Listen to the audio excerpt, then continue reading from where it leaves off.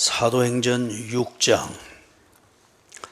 7절에서부터 오늘 7장 53절까지 그 본문을 강의를 하게 됩니다. 그런데 오늘 본문을 전체 다 읽지는 아니하고 필요한 부분들을 읽으면서 그렇게 해서 강의를 해 나가도록 하겠습니다. 6장 7절에서부터 15절을 먼저 봉독해 드립니다.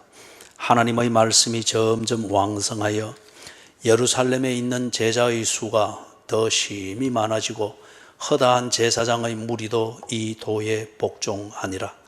서대반이 은혜와 권능이 충만하여 큰 기사와 표적을 민간에 행하니 이른바 자유민들 즉 구레네인 알렉산드리아인 길리기아와 아시아에서 온 사람들의 회당에서 어떤 자들이 일어나 서대반과 더불어 논쟁할세 서대반의 지혜와 성령으로 말함을 그들이 능히 당하지 못하여 사람들을 매수하여 말하게 하되 이 사람이 모세와 하나님을 모독하는 말을 하는 것을 우리가 들었노라 하게 하고 백성과 장로와 서기관들을 충동시켜 와서 잡아가지고 공회에 이르러 거짓 증인들을 세우니 이르되 이 사람이 이 거룩한 곳과 율법을 거슬러 말하기를 마지 아니하는도다.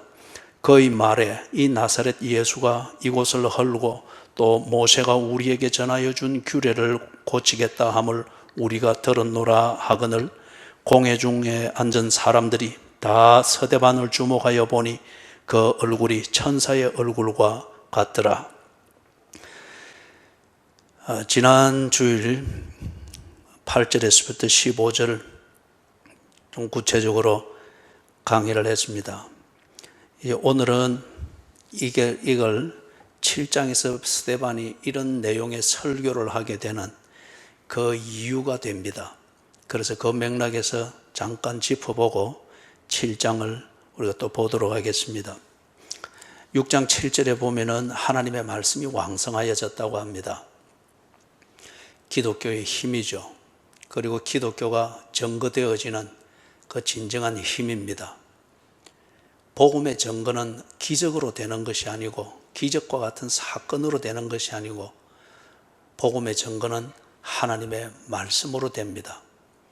그래서 기적, 표적, 이적 또는 사람들의 선행 이런 것은 복음을 듣게 하는 동기부여를 하는 것입니다. 그리고 주의를 집중시키는 그런 기능을 하는 것이죠. 기적은 많되 그것을 통해서 하나님의 복음이 증거되어지지 않는 것 같으면 신비주의나 사이비 종교로 전락하기가 거의 십상입니다. 그래서 하나님의 복음을 듣게 하기 위하여서 또는 복음을 증거하는 하나님의 사람들 그리스도인들에게 담대함을 주고 그리고 말이 어눌할 때에 이러한 기적이나 이런 이적 행함을 통하여서 그 권능을 보충하게 하는 거죠. 그래서 7절에서 딱 그 본질을 가지고 요약을 하고 있습니다. 하나님의 말씀이 왕성하니. 그러니 지금 예루살렘에 진정한 교회들이 세워집니다. 그러면서 제자의 수가 더 심히 많아지고 허다한 제사장의 무리도 이 도에 복종하니라. 많은 제사장들이 예루살렘에서 사역하고 있었습니다. 이 제사장들이 성전에서 예루살렘 성전에서 자기의 당번을 따라서 섬기는 이 일은 1년에 한 2주 정도라고 합니다. 그렇기 때문에 아주 많은 숫자의 제사장들이 공인된 제사장들이 예루살렘에서 거주하고 있었고 활동을 하고 있었죠. 그렇기 때문에 1년에 2주 정도 성전에서 일하는 그것 외에 달리 다른 지역 회당이든지 아니면 뭐 다른 일들을 이리 하게 되니 어지럽고 아전 인수격의 그런 신앙생활과 그런 지도들이 많았겠죠. 그러니 예루살렘이 신비하기는 했지만은 하나님의 말씀이 가리워지고 감추어질 수밖에 없습니다. 그래서 이 복음이 증거되어지고 하나님의 말씀이 권능으로 왕성하게 증거되어지니 제사장의 무리들 중에서도 허다한 사람들이 개종하여서 정말 예수를 믿게 되는 이 일들이 일어나고 있었습니다. 그래서 8절에서부터 15절은 지난주에 강의를 한 대로 그런 분위기 속에서 서대반 집사가 어떤 활동을 했는가 하는 것을 줌인 해서 서대반의 복음을 전가하고 그리스도인의 삶을 사는 이걸 구체적으로 지금 8절에서 15절에서 설명하여 보여주고 있는 겁니다. 서대반이 예수 그리스도를 믿고 그리스도인이 된 것은 얼마 되지 않는 것이 분명합니다. 오순절 사건이 있고 난 뒤에 지금 여기 6장에 나오는 이 사건이 전개되어지기까지 시간이 얼마나 걸렸겠어요? 아무리 길어도 1년이 넘지 않습니다. 불과 몇 개월밖에 안 될 거예요. 그리고 사도행전 2장에서 오순절 성령 강림의 사건이 있기 전 50일 전에 예수님께서 십자가에 죽으셨단 말이에요. 그리고 부활하셨단 말이에요. 그렇기 때문에 서대반이 아마 헌신되어진 유대교 교인이었을 겁니다. 그러는 가운데 예수 그리스도의 복음을 듣고 또는 예수 그리스도를 직접 목격했거나 들었거나 아니면 사도들을 통해서 그 뒤에 예수 그리스도가 누구이시며 그분이 하신 일이 어떤 의미인가를 들으면서 유대교에 의해서 오도되어진 그러한 자신의 종교를 바로잡고서 예수가 길이고 진리고 생명인 것을 믿고 그리스도인이 되었습니다. 그렇기 때문에 서대반이 종교 생활을 한 지는 오래되는지 모르지만은 정말 예수를 믿고 거듭나서 그리스도인이 된 것은 아무리 길어도 1년이 안 됩니다. 그럼에도 불구하고 지금 이 서대반이 하나님의 말씀을 왕성하게 증거하는 그 분위기 속에 있습니다. 여러분, 예수를 믿는 그리스도인의 증거 중에 하나는, 가장 중요한 증거 중에 하나는 내가 믿는 바를 대하여서 설명할 수 있다는 겁니다. 내가 믿는 바에 대하여서 설명할 수 없으면 그는 그것을 믿는 것이 아닙니다. 이 설명이라고 하는 것이 꼭 논리적인 말로만 되는 것이 아니죠. 논리적인 말로 안 될 때에는 삶으로 합니다. 삶으로도 내 믿는 바를 설명할 수 없는 한계를 느낄 때는 목숨으로 합니다. 예수께서는 십자가에서 죽으심으로 당신이 메시아인 것, 하나님의 보내신 자인 것을 사람들이 다 보게 했습니다. 서대반이 불과 1년이 채 안 되는 이러한 기간의 그리스도인의 경력이지만은 그는 진정한 그리스도인이었습니다. 믿는 바가 분명히 있었습니다. 그렇기 때문에 서대반은 옛날 유대교 생활하듯이 그냥 신비한 분위기에서 오는 사람 만나서 그러면은 배운 대로 뭐 새신자 관리랍시고 씌워주고, 오늘 이 땅에 그 교회들이 이리 화석화되어지고 아무런 힘이 없고 신비한 분위기로서 지 관리밖에 못하는 것은 오늘날 무엇보다도 이거는 목사들의 책임입니다. 찾아오는 교인들, 고객들을 만나서 고객 만족, 그것에 맞는 그걸 설교라는 형식으로서 다 프로그램 지어지고 의휘들을 관리하고 전하는 방식이 있고 틀이 있고, 찾아오면은 하겠다는 거예요. 내 말을 들을 준비가 돼 있으면 하겠다는 거예요. 이거는 아닙니다. 서대반이 유대교에서 오도되어진 채 그렇게 종교 생활을 했습니다. 그런데 그리스도인이 되고 난 뒤에 달랐습니다. 예수를 믿는다고 하는 것은 곧 생명이며 삶이었습니다. 그 기쁨과 생명을 종교의 틀 안에 가두어 둘 수가 없는 거죠. 이거는 본질적으로 다른 문제입니다. 왕성하게 하나님의 말씀을 증거했습니다. 선행으로 보여주겠다, 그런 장난에 머무르지 않았습니다. 총체적이었고 전인격적이었습니다. 그런데 서대반이 이런 증거의 삶, 그리스도인으로서의 이 삶, 이걸 8절에서 요약을 해놓은 게 은혜와 권능이 충만하였다 그러죠. 그리고 큰 기사와 표적을 민간에 행하였다고 합니다. 이렇게 되어지고, 이게 그냥 삶과 행동과 선행을 베풀고 기적을 베푸는 어떤 관심을 끄는 행동만이 아니었고, 10절을 보면은 서대반이 지혜와 성령으로 말함을 설명했습니다. 삶으로 보여주는 설명뿐만 아니라 말로서 하는 설명을 적극적으로 했습니다. 찾아오는 사람에게, 관심을 가지고 있는 사람에게 그 사람의 눈높이에서만 설명해 주는 것이 아니고 들을 준비가 안 되어 있는 자들에게도 찾아가서 들을 수 있도록 설명했습니다. 이게 증거입니다. 다시금 강조하지만은 내가 설명할 수 없는 것은 믿는 것이 아닙니다. 내가 예수를 믿는다 하지만은 이 믿는 바를 설명하기 위한 적극적인 삶이 없다면은 당신은 예수를 믿는 것이 아닙니다. 목사가 설교자는 될 수 있을지 모르지만은 예수를 믿지 않는 목사가 얼마든지 있을 수 있습니다. 설교는 소위 말해서 고객을 만족시키는 그런 종류의 설교는 상품으로서 얼마든지 만들어서 할 수 있습니다. 그러나 모든 설교가 다 내가 믿는 바, 즉 하나님의 복음을 왕성하게 증거하는 그러한 설명이 아닐 수가 있습니다. 오늘 이 땅의 문제라고 하면 이런 종류의 목회자들과 설교자들이 교회를 참 이런 식으로 만들어 놨죠.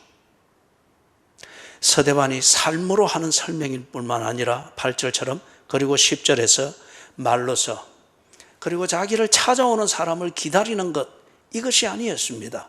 복음을 들어야 할 자들, 그리고 자기의 이 열정이 이끄는 이것으로서 언제나 왕성하게 복음을 전가하는 이 일을 자연스럽게 했습니다. 자, 그럴 때에 문제가 생겼습니다. 문제가 생겼는데 4가지 문제가 생깁니다. 사람들이 서대반의 이 말을 듣고 난 다음에 내 믿는 바를 내가 열정을 가지고 설명하고 찾아가고 삶을 나눈다 할지라도 모두가 다 감복하는 것은 아닙니다. 나의 믿는 바에 대해서 적극적인 설명, 다시 말해서 우리는 이거 전파라고 하죠. 삶으로서든지 말로서든지 생활로서든지 내 믿는 바에 대해서 적극적인 증거가 있고 이 설명으로 말해지는 이런 전파의 삶이 있게 될 때에 적극적인 만큼 적극적인 반대자를 만나게 됩니다. 적극적인 만큼 적극적인 반대자를 만나게 됩니다. 그래서 서대반이 이것을 전가할 때에 여전히 예루살렘은 유대교적 신학과 유대교적 어떤 종교 생활의 체질이 꽉 저변을 이루고 있는 그러한 도시입니다. 그런데 이 서대반이 설교하는 이 내용, 증거하는 내용, 믿는 바를 설명하면서 삶으로 나누는 이 모든 내용을 듣고서 유대교에 심취해 있는 이 사람들이 서대반을 이단으로 몰고 갑니다. 특히 4가지 주제에 대해서 문제를 삼습니다. 하나는 서대반이 하나님을 모독한다. 그 다음에 서대반의 설교를 들어보고 서대반의 가르침과 서대반이 증거하는 것을 들어볼 때 서대반은 모세를 모독한다. 그 다음에 3번째는 이 성전을 모독한다. 4번째는 율법을 모독한다. 이 4가지는 유대교에 있어서 그들의 신비주의적 그런 신학과 종교를 유지함에 있어서 이건 아주 중요한 내용들에 속합니다. 하나님을 모욕한다. 성전을 모욕한다. 모세를 모욕한다. 율법을 모욕한다.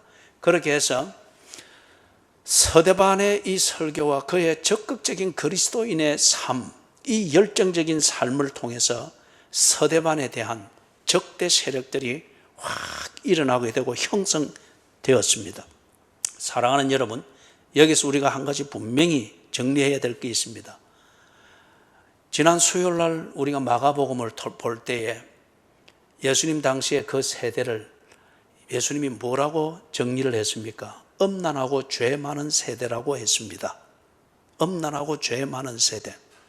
그렇기 때문에 지금 서대반이 믿고 믿는 바를 설명하는 이 중심으로 사는 그의 삶, 서대반이 전가하는 이 복음, 설명하고자 하는 하나님의 복음, 이것은 엄난하고 죄 많은 세대의 걸림돌이 됩니다.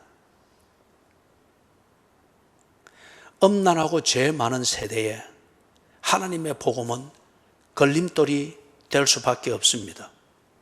그리스도인은 이 복음을 전하는 자이죠.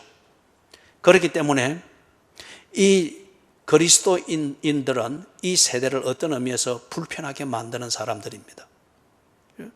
그렇기 때문에 바울을 가리켜서 바울을 공격하는 유대인들이 따라다니면서 뭐라고 했습니까? 이 세상을 어지럽게 하는 자라고 했지 않습니까?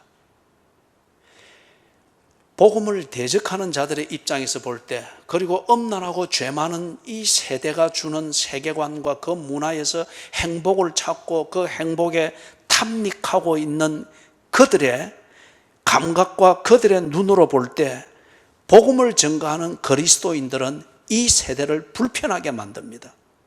이 세대의 행복을 깨는 자로 그렇게 여겨질 수밖에 없습니다. 복음을 전가하는 그리스도인은 그렇기 때문에 이 세대에 센세이션을 일으키는 자들입니다. 복음을 전가하는 그리스도인들은 이 세대에 스캔들을 만드는 자들입니다. 왜냐? 저들이 고요한 이 세대의 분열을 조장한다. 저들이 하나 되어 있는 우리 유대교 사회를, 이 신비감을 다 깨뜨려 버리면서 모욕을 한다. 스캔들입니다. 그래서 사람들이 서대반을 이 사회를 분욕해 하고 어지럽게 하는 자로서 죄인 취급을 하면서 그렇게 몰아갑니다. 자, 그래서 15절에 볼 때에 공회에 잡혀갔죠. 산헤드린 공회입니다. 바로 이 공회에서 예수님이 재판을 받고 그리고 십자가에 못 박혀 죽었습니다. 바로 그 공회, 산헤드린 공회에 예수를 믿는 예수의 제자, 하나님의 자녀가 된 서대반이 똑같은 자리에 서서 신문을 받습니다. 엄난하고 죄 많은 세대의 관점에서 보면 이것이 불행한 것이지만은 예수 그리스도의 제자된 서대반의 이 입장에서 볼 때에 이것처럼 영광스러운 일이 없습니다. 예수님의 그 발자국 위에 내 발자국을 포개고 예수님이 당했던 그 일을 나도 똑같이 예수의 사람으로 당할 수 있다고 하는 것, 그것은 서대반이 진정 그리스도인이라고 하는 이 역설적인 증거가 되겠죠. 사람들이 서대반을 주목하여 보니까 그 얼굴이 천사와 같았다고 합니다. 사랑하는 여러분, 그러나 이것이 하나의 신비주의적이고 그리고 선행을 행해서 사람들이 나를 보면서 감동하여서 예수를 믿게 한다. 그래서 선한 행실로서 삶으로서 나는 증거하겠다. 그래서 언제나 자기 관리를 하는 그런 식으로 이걸 오도해서는 안 됩니다. 오늘날 교회들이, 그리스도인들이, 목사들이 이런 식의 것을 가지고서 자기를 가장하고 믿는 바에 대해서 설명하는 것이 두렵고 그 다음에 그것에 대해서 불편하고 내 성격하고 맞지 않다 해서 내 편한 대로 나를 관리하는 그 수단으로서 15절의 이 이미지를 오용하고 있고 이걸 악용을 하고 있습니다. 그냥 도덕적으로 선하게 보이고 착실하게 보이고 뭔가 하는 그런 착한 이미지, 그 다음에 친하고 화목하게 지내는 그런 선한 이미지, 교회나 개인이나 또는 설교를 곱상하게 하는 그런 것을 통해서 아무 불편함을 못 느끼고 보면은 멀리서 보면은 신비감이 있고 하는 그것으로서 뭔가 사람을 그리스도인 되게 하게 하겠다. 이거는 자기 변명입니다. 이거는 기생과 다를 바가 없는 거예요. 외모지상주의를 보여줘서 뭔가 매력을 끌어서 속을 깔아 먹으려고 하는 이런 종교적 유혹에 지나지 않는 겁니다. 그러나 서대반의 지금 이 15절의 표현은 절대 그런 것이 아닙니다. 믿는 바에 대하여 그는 설명적인 삶을 총체적으로 사는 것 결과 그 속에서 우러나는 그의 성품이며 인격이며 삶입니다. 그 증거가 뭡니까? 7장에서부터 이어집니다. 7장 1절, 대제사장이 이르되 이것이 사실이냐? 대제사장이 이르되 이것이 사실이냐? 산헤드린 공회에 붙잡혀 갔습니다. 거기서 신문을 받는데 또 보니까 서대반의 이 분위기에 전부 다 압도가 됩니다. 내심. 그런데 대제사장이 법을 집행을 합니다. 그러면서 먼저 신문을 합니다. 이것이 사실이냐? 이때 말하는 이것이 뭡니까? 앞에 8절에서부터 15절에 그들이 지금 스캔들로 삼고 있는 그 내용들입니다. 사람들이 거짓 증인을 세워서 고소를 했죠. 서대반이 하나님을 못 오겠습니다. 서대반이 모세를 못 오겠습니다. 서대반이 성전을 못 오겠고, 그리고 서대반이 율법을 모욕했습니다. 이걸 가지고 지금 서대반을 고소했고 서대반이 법 앞에 섰습니다. 그래서 대제사장이 이것이 사실이냐? 네가 이렇게 이것을 모욕하고 거부한 것이 사실이냐? 그걸 묻습니다. 거기에 대해서 서대반이 대답합니다. 2절 서대반이 이르되 여러분 부형들이여 들으소서. 설명할 수 없는 것은 믿는 것이 아닙니다. 내가 믿는다고 하되 그 믿는 바에 대하여서 어떤 경우에든 내 믿는 바에 대해서 설명할 수 없다고 하면은 그것은 믿는 것이 아닙니다. 믿지 아니하면서도 직업적인 설교는 할 수 있습니다. 그러나 그 믿는 바를 두고서 목숨을 다하여서 설명할 수 있는 것, 이거는 지식의 문제가 아닙니다. 삶의 문제입니다. 서대반이 예수를 믿는다고 하는 이것이 그냥 삶의 일부분이고 자기 삶의 일부분이지만 큰 부위를 차지하는 그런 삶의 일부분일 것 같으면 그 자기의 삶에 별 의미가 없고 위기를 느끼고 그런 것 같으면 어떤 상황에서는 자기 믿는 바에 대해서 입을 딱 다물 겁니다. 사는 방식을 바꿀 겁니다. 그리고 그런 기회가 주어질 때까지 그냥 잠잠할 겁니다. 그러나 서대반은 그게 아닙니다. 앞에서부터 보았던 것처럼 거기에 자기 믿는 바에 따라서 자신의 모든 삶이 그렇게 자연스럽게 이루어지고 있습니다. 그래서 지금 이 자리에서도 이것이 사실이냐? 산헤드린 공회 앞에서 이 신문을 받는 질문을 받았을 때에 서대반이 내적 고요를 잃지 아니하면 물론이거니와, 앞에 6장 15절에서 봤죠. 그 얼굴이 천사의 얼굴 같다. 내적의 고요를 잃지 않고 평화를 잃지 않고 자신감을 잃지 아니했죠. 동시에 지금 이 자리에서는 여러분 부형들이여 들으소서. 담대하게, 이거는 자신의 성격의 문제도 아니고 자신의 지식의 문제도 아니고 자기 자신이 일어나는 어떤 적극적인 열정의 문제도 아니고 나는 하면 한다, 여기에서 내가 주눅이 들면은 뒤에 어떤 이런 계산된 오기도 아닙니다. 6장 15절에서 보는 것처럼 자기 믿는 바에 대한 자연스러운 삶입니다. 설명적 삶입니다. 그렇기 때문에 혹시 여기서 다리가 후들거리게 떨릴지는 모르겠죠. 그런 분위기에 압도되어서. 그러나 부끄러울 것은 없습니다. 죄 지은 사람인 것처럼 오그라들 필요는 없습니다. 자기 믿는 바에 대하여서 분명한 확신이 있고 이 생명의 증거가 있기 때문에 설명합니다. 여러분 부형들이여 들으소서. 그러면서 서대반의 끊임 없는 자기 믿는 바에 대한 설명이 쭉 이어집니다. 53절까지. 서대반의 설교이기도 합니다. 설교를 하려면 이렇게 해야 됩니다.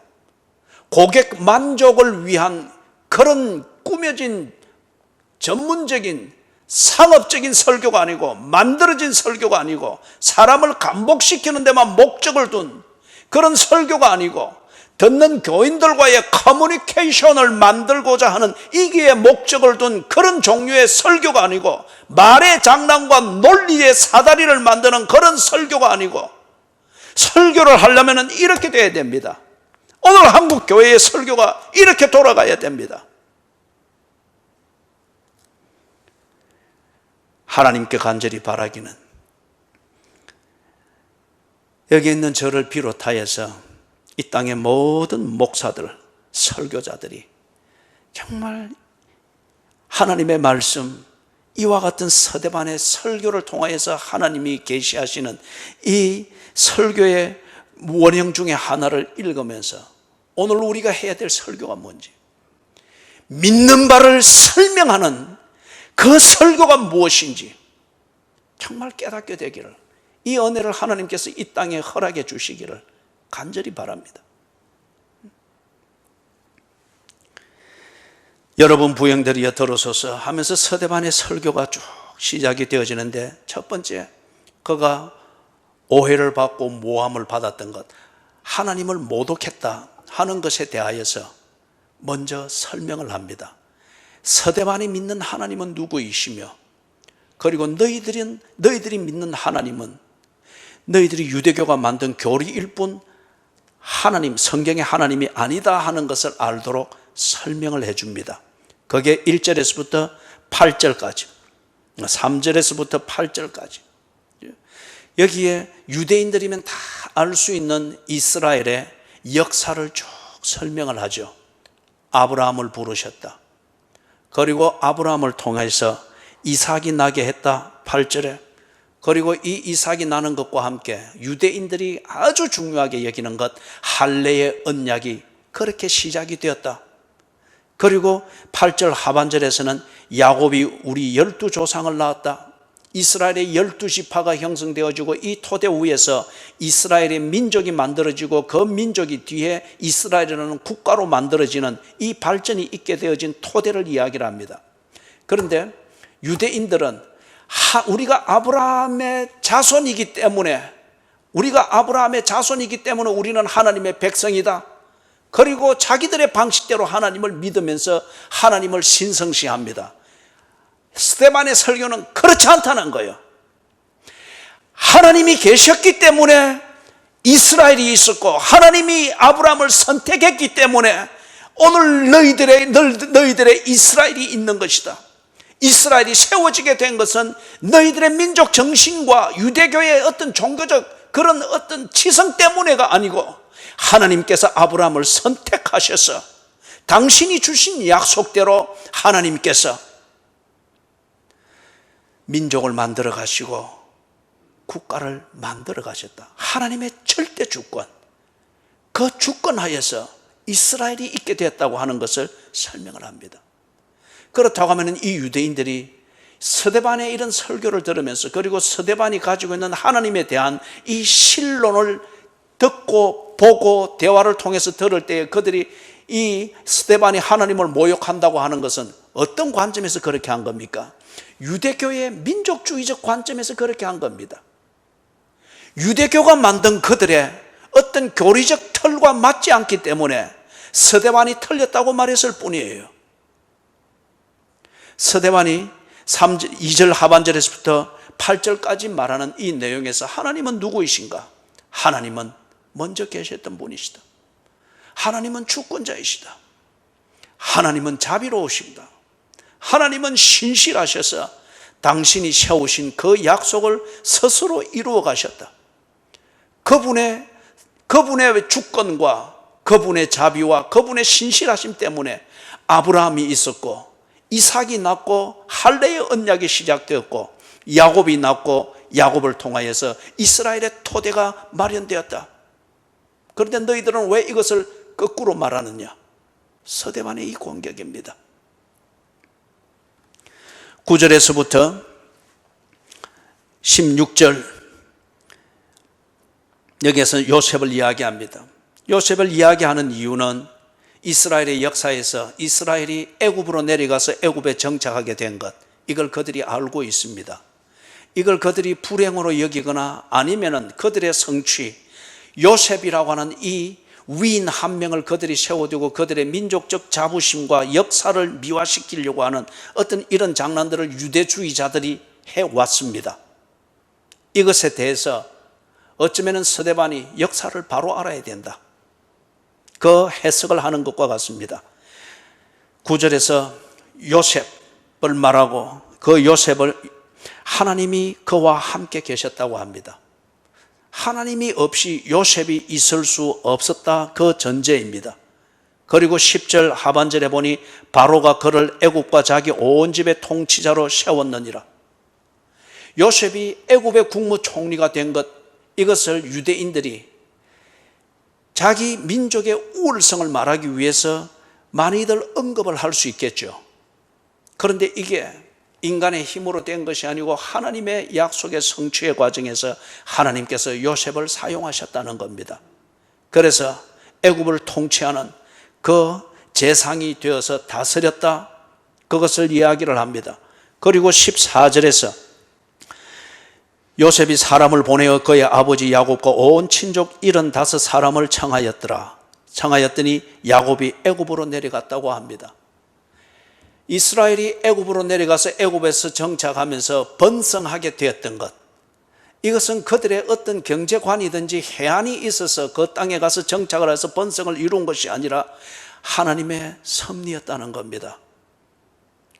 하나님이 자기가 택한 이 백성, 그리고 아브라함과 약속한 대로 그 민족을 이루고 땅을 주고 복의 근원이 되게 하고자 하는 이 약속을 성취해가는 과정에서 하나님은 요셉이라고 하는 이 걸출한 인물을 사용했다 하는 것을 서대반이 지금 설교하고 있습니다. 유대인들의 어떤 자존심을 긁어놓는 얘기일 수 있죠.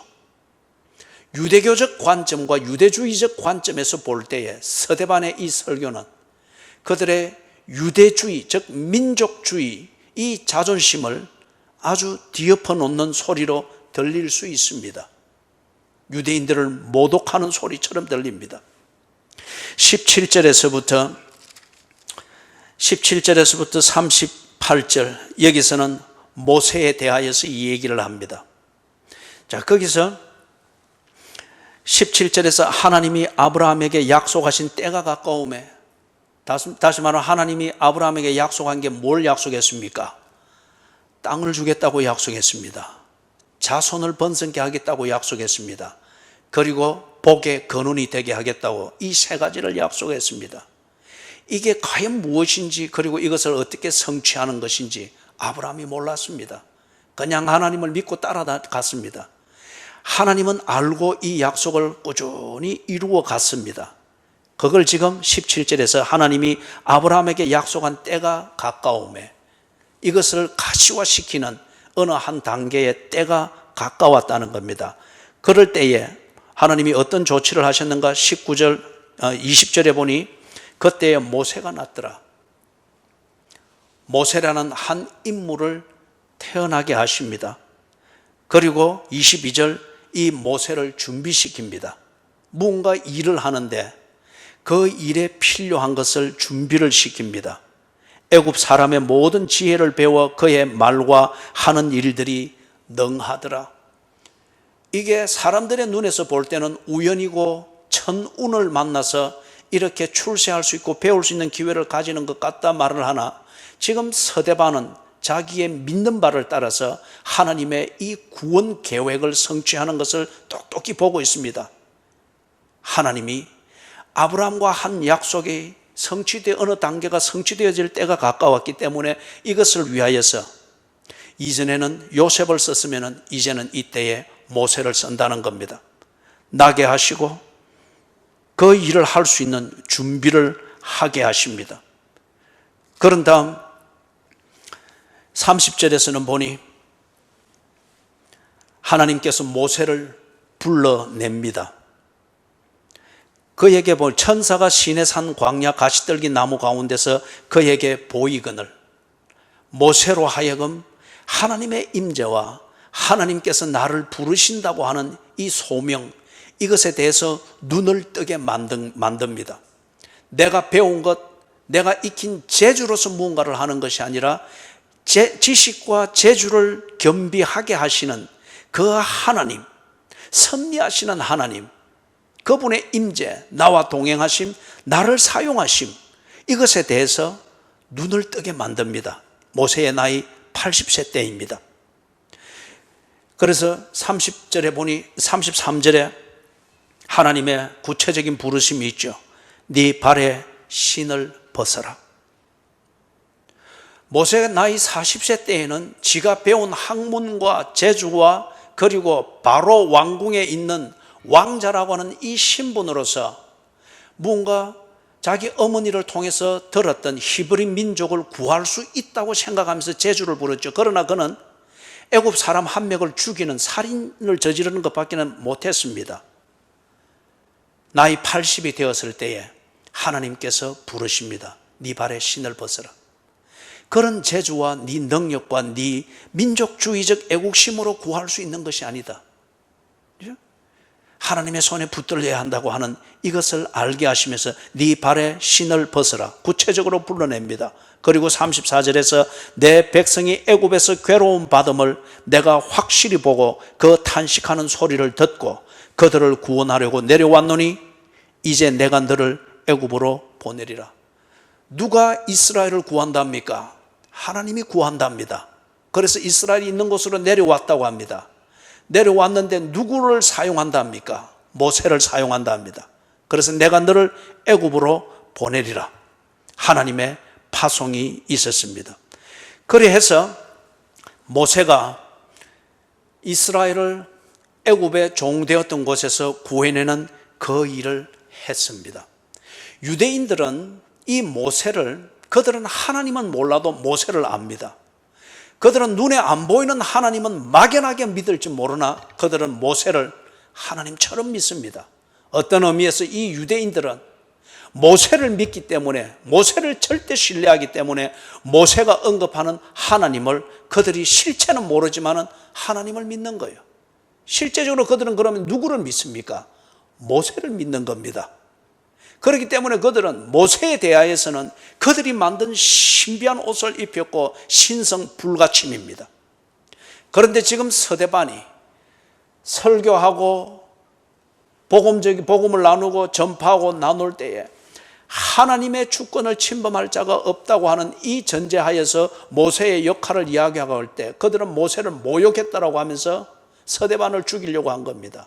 이것에 대해서 서대반은 자신의 믿는 바를 성경적 관점에서, 하나님의 구원 계획의 관점에서 정확하게 설명을 하고 있습니다. 하나님이 주권자이시다. 하나님께서 선택한 백성이다. 선택한 백성을 위하여 하나님이 일하실 때에 이 모세를 도구로 썼다. 오늘 너희들이 영웅처럼 받들고 있고 심지어는 신성시까지 하는 이 모세가 모세 될 수 있었던 것은 하나님이 그를 부르셨고 그를 보내셨고 하나님이 맡기신 일을 하게 했기 때문이다. 이 관계를 분명하게 이야기를 했습니다. 하나님의 손에 쥐어진 모세, 그렇기 때문에 모세가 의미가 있다는 거예요. 그러나 유대인들은 모세를 절대시하며 신성시했습니다. 하나님은 모르되 모세를 그들은 아주 신성시하며 숭배했습니다.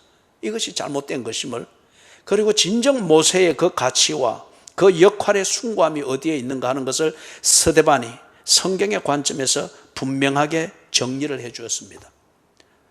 스데반은 모세를 모욕한 것이 아니라 모세를 하나님 이상으로 받들고 있는 유대인들을 교정시켜 준 것입니다. 그러나 이 유대인들이 자신들의 종교적 자존감, 종교적 이 자만감 때문에 스데반의 이 성경적 이야기를 그냥 스캔들로 그렇게 치부해버린 겁니다. 모세를 모욕했다. 44절에서부터 50절 여기에서는 지금 성전을 모욕했다고 하는 이 유대인들의 모함에 대해서 스데반이 성경적 관점에서 성전의 기능에 대해서 믿는 바에 대하여서 분명하게 그리고 담대하게 설명을 하고 있습니다. 성전의 시작, 그것은 광야에서 하나님께서 성막을 세우게 한 것으로부터 시작된 것을 말합니다. 44절에 나오죠. 그리고 이 성막이 여호수아와 함께 가나안으로 들어갈 때에 그때에 가지고 들어갔다고 합니다. 그렇다고 하면 이 성막은 영원한 것이 아닙니다. 기능적인 것입니다. 하나님이 이스라엘 진중에 있으며 하나님께서 이스라엘을 인도하고 있다고 하는 이것을, 이 임재를 분명히 알고 하나님의 인도하심, 이것을 따라 동행하는 것이 그들이 진행해야 될 내용인 것을 알게 하는 그러한 기능이 성막인 것임을 이야기해 줍니다. 여호수아와 함께 가지고 들어가서 그 다음에 다윗이 이것을 좀 더 발전시키려고 합니다. 하나님이 천막에 머물고 있는 것이 너무 마음이 안 된 거, 이거는 다윗의 좋은 마음입니다. 그리고 그것에 대한 열정입니다. 그래서 어느 것보다도 좋은 그리고 견고한 집을 지어서 거기에 법궤를 모시고자 하는 이 다윗의 좋은 마음입니다. 그러나 이것을 하나님이 허락하지 아니하고 47절 솔로몬이 집을 지었습니다. 그게 성전입니다. 그런데 성전을 지은 다윗이 좋은 마음으로 성전을 지으려고 했으나 그러나 솔로몬 때에 이것을 성전을 워낙 아름답게 지었죠. 그런 다음에 이 성전이 뭐가 됩니까? 성전을 두게 한, 성막을 두게 하고 성막이 발전하여 성전이 되게 한 이 기능적인 목적을 잊어버리고 성전이 하나님의 자리를 차지해 버린 거예요. 이스라엘의 역사가 가면서 이스라엘과 그 후대인 유대인들이 성전을 섬겼지 성막과 성전을 짓기 위해서 하나님이 그들 가운데 임재해 계시고 그들은 언제나 하나님의 인도하심을 받는, 이것이 하나님을 섬기는 신앙이라고 하면서 알게 하는 이 기능을 잊어버리고 성전을 하나님처럼 섬긴 거예요. 그들이 모세를 섬기느라 하나님을 배제했던 것처럼 성전을 섬기기 위하여서 성전을 두어서 기능하게 하시는 하나님을 그들은 배제했던 거예요. 서대반은 지금 이것을 바로잡고 있는 겁니다. 그래서 거기 선지자의 말을 인용을 하죠. 49절 50절에서 거기서 요지는 그거지 않습니까? 하나님은 손으로 지은 곳에 계시지 않는다는 거예요. 성막일 때도 그렇고 성전일 때도 그렇고 하나님이 그들 가운데 계신다고 하는 이 진리를 알도록 하기 위하여서 그들 눈에 보이는 그 상징을 짓게 한 것이죠. 그리고 거기서 섬기는 것을 통하여서 하나님과 동행하는 것을 배우게 한 것입니다. 그런데 이 이스라엘이 시간이 지나면서 눈에 보이는 이 성전을 하나님인 것처럼 그렇게 섬기면서 정녕 하나님과의 이 교제와 하나님을 예배하는 것, 이것은 그들이 퇴락시켰습니다. 그리고 그들은 타락했습니다. 성전 때문에 하나님의 임재를 그들은 거부했습니다. 서대반이 이것을 지적합니다. 서대반이 성전을 모욕한 것이 아니라 성전 때문에 하나님을 모욕하고 있는 이 유대인들을 교정하고 있습니다. 51절, 52절, 53절 봉독해 드립니다. 목이 곧고 마음과 귀에 할례를 받지 못한 사람들아, 너희도 너희 조상과 같이 항상 성령을 거스르는도다. 너희 조상들이 선지자들 중의 누구를 박해하지 아니하였느냐? 의인이 오시리라 예고한 자들을 그들이 죽였고 이제 너희는 그 의인을 잡아준 자요 살인한 자가 되나니 너희는 천사가 전한 율법을 받고도 지키지 아니하였도다 하니라. 율법을 모욕했다고 하는 이 유대인들의 모함에 대하여서 서대반이 지금 그렇지 않다고 하는 것을 설명하고 있습니다. 51절, 52절, 53절에서 51절에서 목이 곧고 마음과 귀에 할례를 받지 못한 사람들아, 다시 말해서 너희들이 나를 그런 식으로 모욕하고 모함하고 하는 것은 내가 틀렸기 때문에도 아니고 너희들이 성경에 근거해서 세밀한 판단을 했기 때문에도 아니고 단지 너희들의 성량이라는 거요. 목이 곧고 마음에 할례를 받지 못한 너희들의 성량 때문에 너희들은 너희의 귀에 맞지 아니하고 네 마음에 들지 않으면 모든 것이 다 틀렸다라고 하나님의 이름으로 저주하고 율법의 이름으로 저주하는 성량이 백해 있는 사람들이라는 거예요. 이 부분에 대해서 오늘 오후 예배 때 좀 더 구체적으로 설명을 하게 될 겁니다. 그러면서 너희도 너희 조상들과 똑같이 성령을 거스른다. 성령이 하시는 일이 무엇입니까? 하나님의 뜻을 알게 합니다. 그리고 하나님의 이끌어 가심을 따라가게 합니다. 성령은 하나님이 일하시는 그 속에 하나님의 백성들이 머물게 하는 것, 이게 성령께서 하시는 일입니다. 우리가 성령을 눈으로 보지 못하고 손으로 붙잡지 못할지라도 내가 하나님의 뜻에 대한 간절함이 있고 하나님을 순종하고자 하는 목마름과 굶주림이 있고 하나님을 순종하기 위해서 여기 서대반처럼 기꺼이 삶으로 또는 목숨으로 내 믿는 바를 설명하고자 하는 이 신앙의 생활이 있다고 하는 이것은 지금 성령이 나와 함께하고 있다는 증거입니다.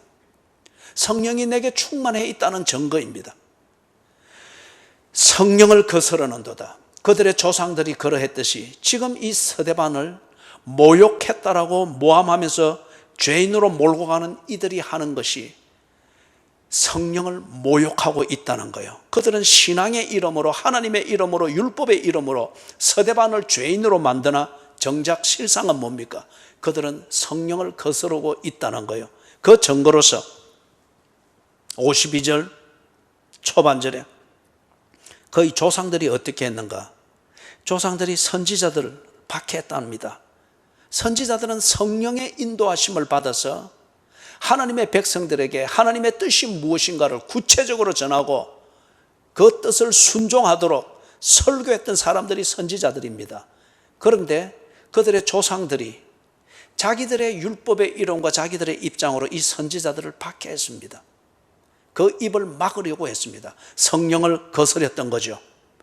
그리고 심지어는 선지자들이 예언할 때 의인이 오시리라 예고한 자들을 죽였다고 합니다. 이 의인이 오시리라, 이 의인은 메시아를 말합니다. 하나님이 약속하신 자, 자기 백성을 구원하기 위하여 보내주시기로 약속하신 자, 메시아가 올 것이라고 했습니다. 이것을 예언하는 선지자들을 그들은 죽이기까지 했습니다. 자, 여러분, 이 조상들이 선지자들에 대해서 한 이 일은 율법을 거스른 겁니다. 율법에서는 사람을 죽이지 말라고 했습니다. 율법에서는 증인이 없으면 그 사람을 그런 식으로 죄인으로 몰아서 죽일 수가 없습니다. 간단하게 말하면. 그런데 그들은 자기들에게 맞지 않으면 율법을 뒤바꿔서라도 박해하고 싶은 것은 박해했고 죽이고 싶은 것은 합법화시키면서 죽였습니다. 율법을 모독한 자들입니다. 율법을 어긴 자들입니다. 율법의 이름으로 그들은 율법을 어긴 자들입니다. 그런데 이 사람들이 자기 조상들이 했던 것과 똑같이 52절 하반절에 이제 너희는, 이전에 조상들이 그러했듯이 이제 너희는 그 의인을 잡아준 자요. 여기 의인은 누굽니까? 하나님께서 선지자들을 통해서 약속하셨던 의인, 그 메시아 예수님입니다. 이 예수님이 얼마 전에 이들의 손에 의해서 바로 이 산헤드린 공회에서 재판을 받고 죽었죠. 유대인들의 율법의 그 선고를 받고 로마의 법을 빌려서 십자가에 못 박아 죽였습니다. 의인을 죽였습니다. 그렇기 때문에 그들이 살인했습니다. 율법을 어긴 자들이죠. 그들 스스로 율법을 범한 자들이죠. 서대반이 율법을 모독한 것이 아니라 그들이 율법을 모독했습니다. 그들 자신의 종교적인 입장을 세우기 위하여서 율법을 뒤틀어서 율법의 이름으로 메시아이신 예수를 죽였습니다. 바로 지금 서대반이 재판을 받고 있는 이 자리 산헤드린 공회에서 율법을 지키고 율법을 보존하고 율법을 집행하는 최고의 권위를 가지고 있다고 하는 이 산헤드린 공회에서 율법을 뒤틀어서 얼마 전에 예수를 죽였습니다. 그리고 그걸 합법화했습니다. 바로 이 자리에서 지금 서대반을 율법을 모독한 자라고 하면서 재판을 하고 있습니다. 이것에 대해서 지금 서대반이 반론을 하는 거예요. 그러면서 53절에 너희는 천사가 전한 율법을 받고도 지키지 아니하였도다. 누가 율법을 모독했느냐는 거예요. 누가 하나님의 말씀을 모독했느냐. 유대인들은 그렇게 믿었습니다. 이 율법, 모세의 율법을 천사들을 통해서 전해 주었다고 그들은 그렇게 믿고 있습니다. 그렇기 때문에 갈라디아서 3장에서도 바울이 전한 이 복음 외에, 예수 그리스도의 복음 외에 다른 복음을 전하는 자는 하늘에서 온 천사라 할지라도 저주를 받을지어다라고 말했습니다. 유대인들이 그렇게 믿고 있는 거예요. 하나님의 말씀, 모세의 율법, 천사를 통해서 그들에게 계시해 준 것이라고 믿고 있습니다. 그렇기 때문에 여기서 너희는 천사가 전한 율법을 받고도 지키지 아니하였도다. 너희들이 율법의 이름으로 사람을 죽였지 않느냐. 너희들이 너희들의 종교적 자존감을 지키기 위해서, 그 자만감을 지키기 위하여서 율법의 이름으로 의인을 죽였지 않느냐. 그리고 그 율법을 가지고 지금 나를 죄인으로 만들고 있지 않느냐. 누가 율법을 모독한 자냐? 나냐? 너희냐? 서대반이 하나님을 모독했다, 모세를 모독했다, 성전을 모독했다, 율법을 모독했다고 하면서 서대반의 입을 막으려고 하고 서대반을 죄인 취급하려고 하는 이 절대 권력 앞에서 서대반은 몸은 떨릴지 모르나, 그러나 고요함은 잃지 않고 확신은 잃지 않고 자기 믿는 바에 대하여서 분명하게 설명하고 있습니다. 내가 설명할 수 없는 것은 내가 믿는 것이 아닙니다. 내가 설명할 수 없는 것은 내가 믿는 것이 아닙니다. 배고프다고 해서 내가 믿는 바에 대해서 설명하기를 포기한다. 좀 곤란하다고 해서 내가 믿는 바에 대해서 설명적인 삶을 사는 것을 포기한다. 내가 좀 불편하다고 해서, 아니면 시대가 이렇기 때문에 내 믿는 바에 대해서 설명적인 삶을 사는 것에 대해서 이런 것을 감추고 저런 것을 꺾고, 아니면 내게 들어줄 사람 분위기가 준비되어져 있지 않기 때문에 나는 할 수가 없다. 스캔들을 일으킬 수가 없다. 그렇다면 우리는 예수를 종교적인 아이템으로 사용할 뿐이지 예수를 믿는 사람이 아닌 것이 분명합니다. 과연 우리가 엄난하고 죄 많은 이 세대에서 그리스도인이 이 세대를 불욕해 만드는 걸까요? 아니면 엄난하고 죄 많은 세대에서 그 방식으로 행복에 취해 있는 그들이 이 세대를 타락으로 몰고 가는 것일까요?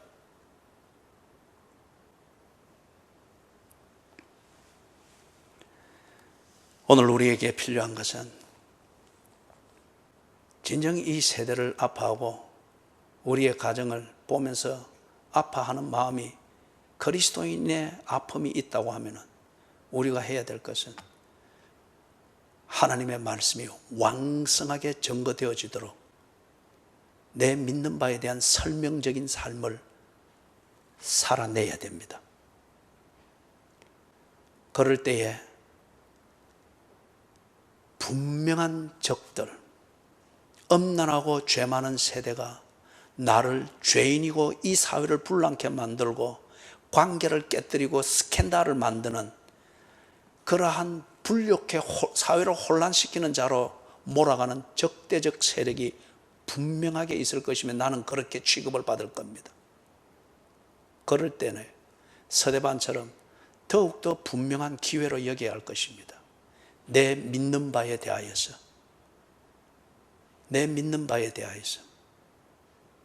분명하게 설명적인 삶을 살아내는 기회가 왔다고 하는 그것을 볼 수 있어야 할 것입니다. 그리고 그렇게 살아내야 합니다. 다시금 강조합니다. 내가 설명할 수 없는 것은 내가 믿는 것이 아닙니다.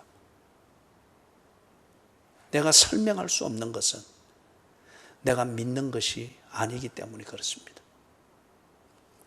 기도하겠습니다. 하나님 아버지,